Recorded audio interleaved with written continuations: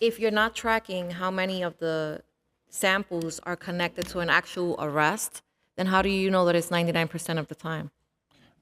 It's 99% of arrestees. So we get DNA, the DNA samples that we've taken from juveniles, it's 99% for felony arrests.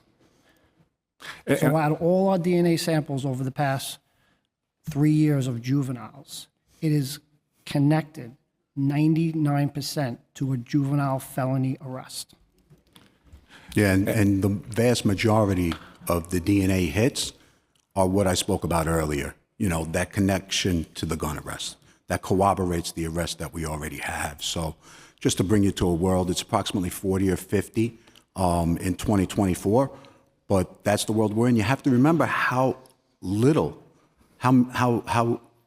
it's so rare that we collect this. So to have even that amount of hits that corroborate these arrests, and like we said, that also exonerates so many individuals as well. Also, just sorry if I may, I understood Chair Salam's question a little bit differently, and maybe I misunderstood. I thought he was asking about sort of the link between that DNA sort of resulting in the conviction. That we don't have data on that, and that it would be a harder thing to have data for. In other words, you'd have to do a sort of a case-by-case analysis. Did this DNA collection sort of make the difference? I'm not saying it's impossible, but you can see that would have to be very much a case-by-case analysis. It would be much harder to pull data on that.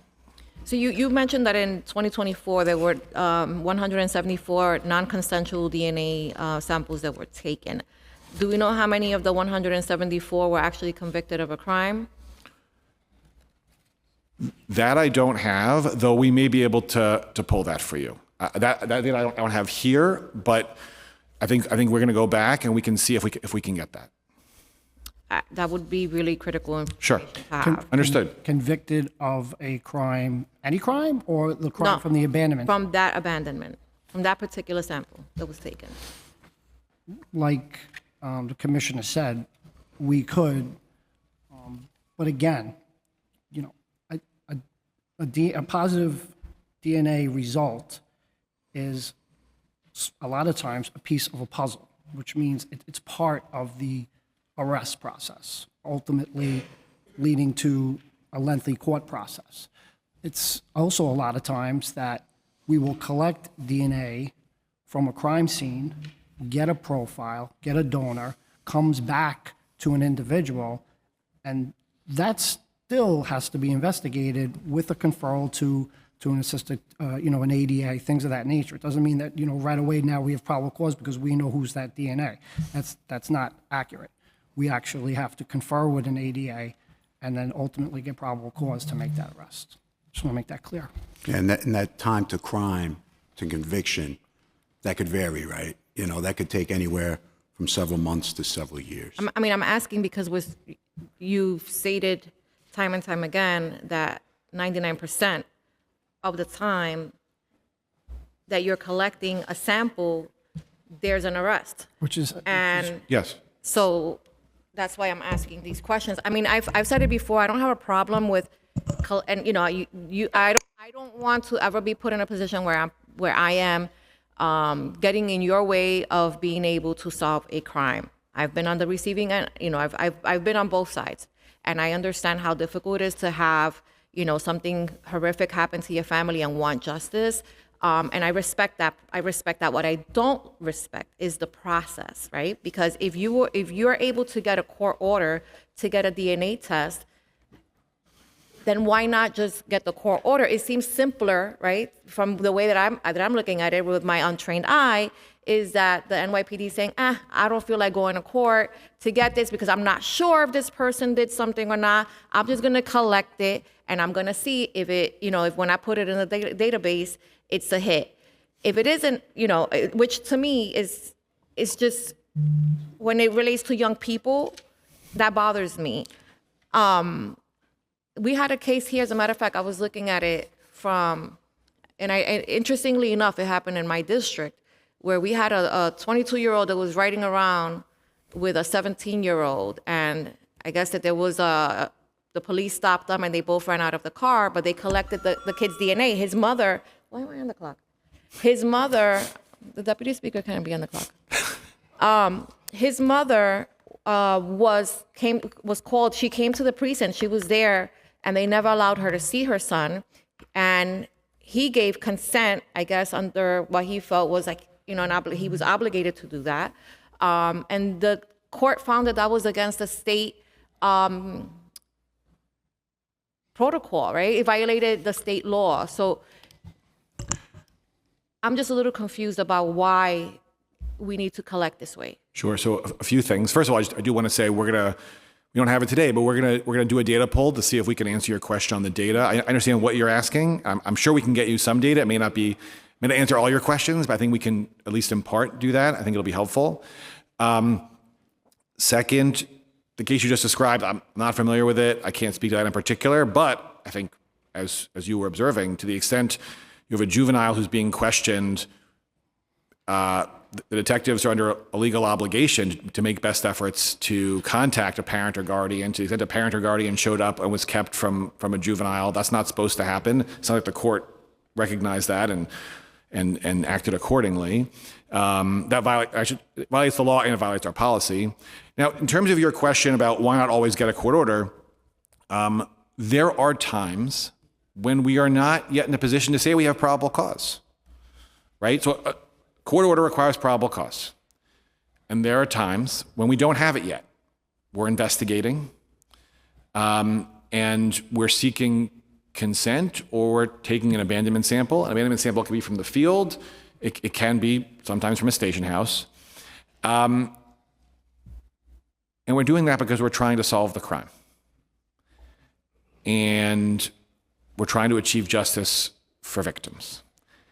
And I totally understand what you're saying when we're talking about taking DNA from a juvenile. There is a countervailing concern, which is if you have a victim, someone who was shot or raped or assaulted, and we have an opportunity consistent with the law to solve that crime, potentially solve that crime. It may not work. They may not have done it. To your point, we could be wrong. The suspect doesn't mean we're right. We're not right every time.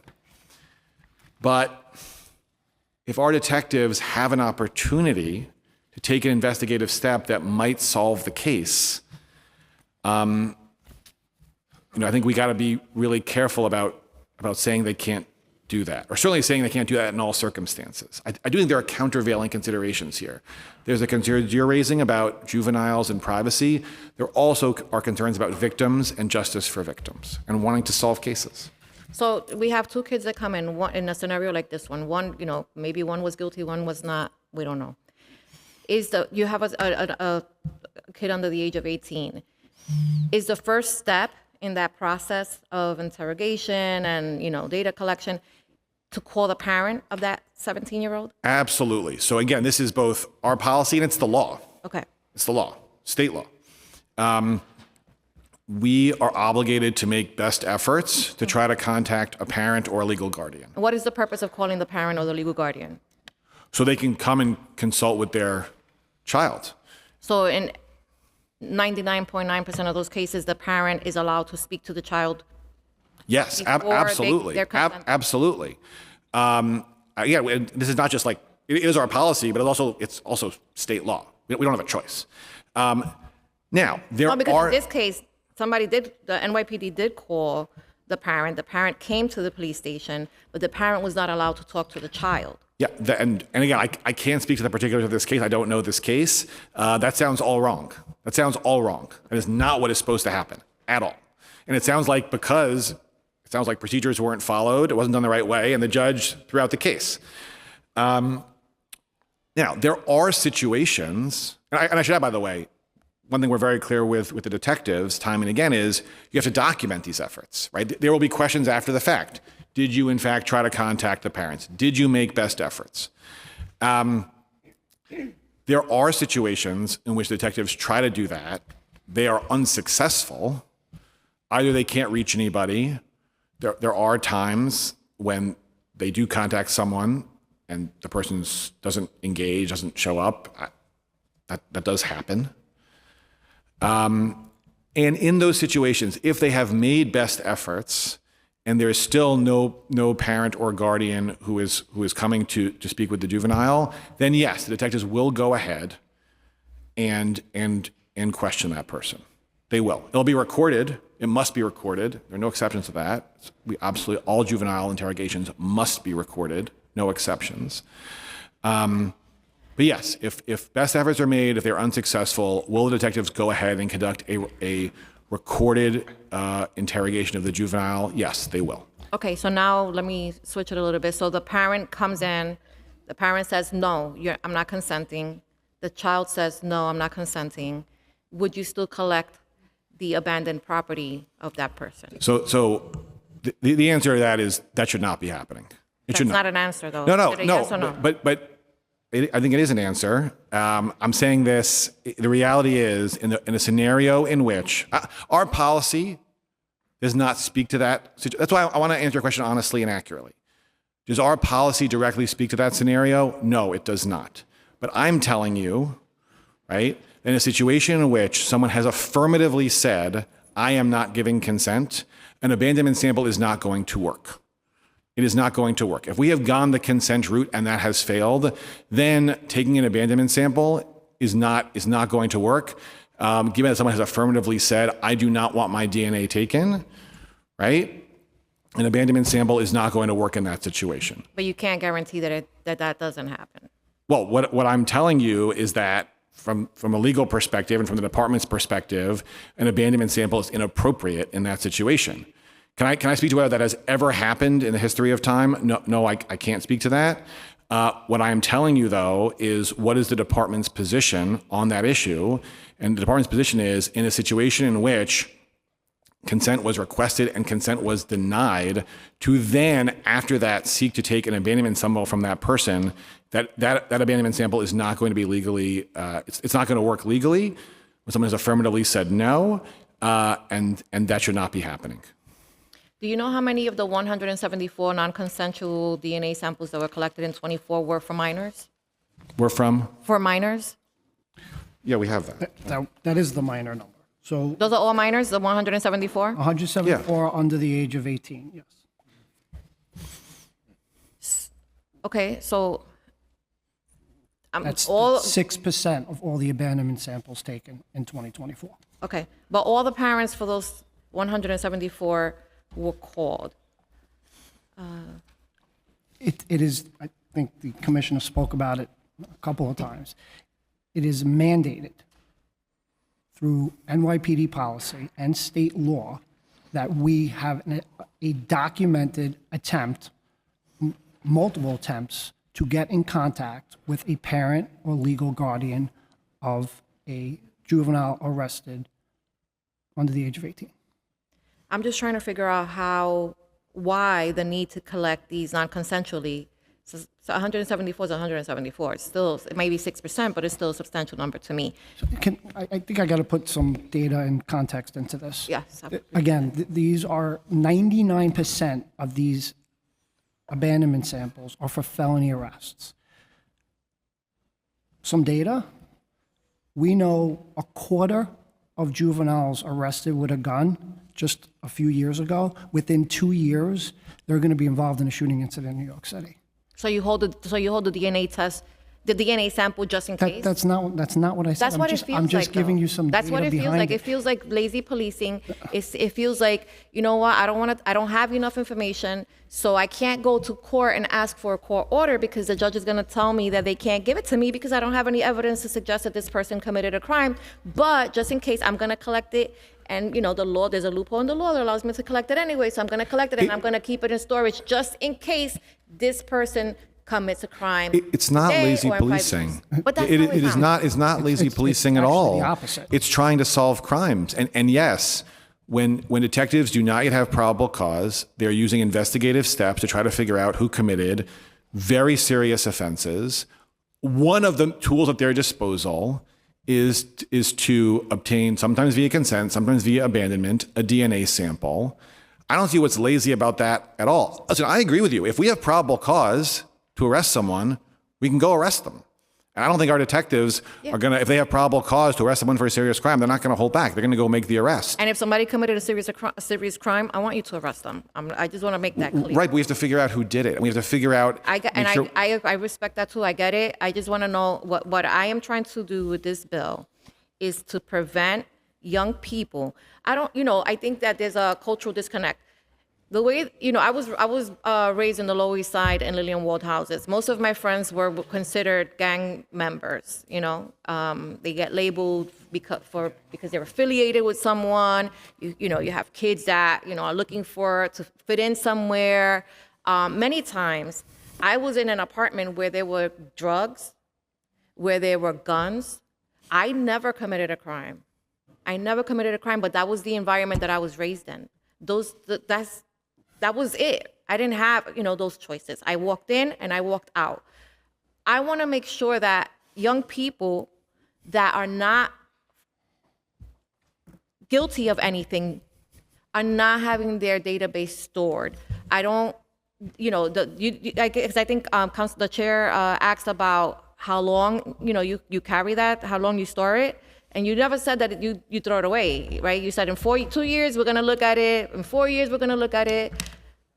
I mean, every 2 years, there's a review of what's in the data. If any sample that's been in the database for 2 years gets reviewed. Yes. There's a separate, every 4 years, a larger look back. But I just want to go back again. I understand what you're saying in terms of concern for a juvenile's DNA being taken. I get that. And innocent. But that's the question. Is the person innocent or guilty? We don't know. We have a suspect. We don't know. And if we have, let's say, a homicide, right? And we think this juvenile 17-year-old that committed this homicide, right? We do not yet have enough to make an arrest. We don't have enough. We don't have probable cause. But we think that getting a DNA sample could make the difference. It might, if that sample comes out one way, we're going to have enough to make the arrest. It comes out a different way, the person may even be exonerated. But so let me ask again: out of the 174, all of those 174 were arrested for that crime. That the vast, sample, almost all. I think we had 99%. Of the 174. Yes, we had 99%. We had a felony arrest. It is such a minute, very, very rare occasion that we would be collecting a juvenile's abandonment sample prior to an arrest. Very minute. Okay, so what is your position on the bill? Our position on the bill is that there should be a very narrow carve out, that it should be only permissible, and consistent with the bill, right? We're talking about pre-arrest situations. Your point. We're not talking about DNA sort of from a crime scene, but pre-arrest. It would bar collection from juveniles, absent consent of a parent, guardian, except a narrow exception for A or B violent felonies, which is not a long list, and it's incredibly serious crime. We're talking about murder, rape, kidnapping, that sort of thing. So it has to fall within one of those categories. The person's a suspect for one of those crimes, and authorization from the chief of detectives. Right? It's not just a detective in the squad decides, hey, as one of the times, you have to go to the chief of detectives and get permission, and then we'll track it. Right? There will be a record that the chief of detectives, him or herself, authorized this collection. Okay. I think what we're trying to do is really to balance here. To a very large extent, the bill will restrict us. Right? There will be a universe of felonies where we would otherwise potentially be seeking to take DNA, and we won't be able to anymore. But to have that narrow carve out for the most serious, violent crimes with authorization from the chief of detectives, we think that is an appropriate balance. All right. Well, there'll be some time, I guess, for further discussion. But do you know what the circumstances were that led to the 174 cases of abandonment samples from kids? I'm sorry, can you just ask that again? What were the circumstances around surrounding the that led to the 174 samples of abandonment samples collected from kids. When you say What are the circumstances? How does, like, I'll reemphasize a point I made earlier. They're really to corroborate a crime that an individual was arrested for, right? Yeah. Like a gun arrest. You know, the vast majority of those are collected, so this way we can compare it versus that recovered gun. And once again, it not only corroborates the arrest, but may exonerate another individual. And if I can, again, last year, there was, and this is just gun arrests. Yeah. There was almost 500 juveniles arrested with a gun last year in New York City. That's 12% of all the gun arrests, and we only have 174 abandonment samples. That's just gun arrest. I'm not talking about the 100 juveniles that are arrested for shootings last year. I'm not talking about the thousands that were arrested for robberies. So 174 abandonment samples, 500 gun arrests, almost 500 gun arrests. 12% of all New York City gun arrests under the age of 18. yeah. I mean, I see it in my community all the time. We just want to make sure that the process is fair. We're not saying you shouldn't be collecting DNA from a person that committed a crime, but I also don't believe that we should be storing DNA samples of a young person who hasn't been, convicted or arrested for any, for a crime. And, in the same case, you say it works both ways. Once that sample is collected, if, assuming that it was collected with consent, and we find that that person, is not in fact, that person's DNA should be removed from the database immediately. That's all I'm saying. So I'll leave it at that. Thank you, Chair. Thank you.